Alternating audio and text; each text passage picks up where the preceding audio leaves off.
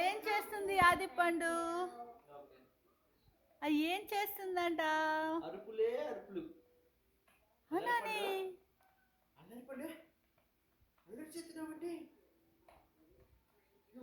నువ్వు అల్లరి చేస్తున్నావా?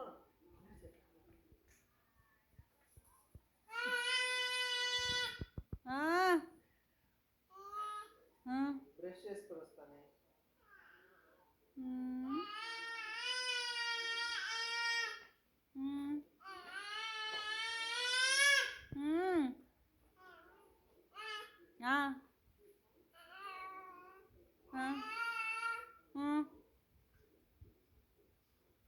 మాస్టారు మాస్టారు అంటే పాట అంటే నీకు ఇష్టమా?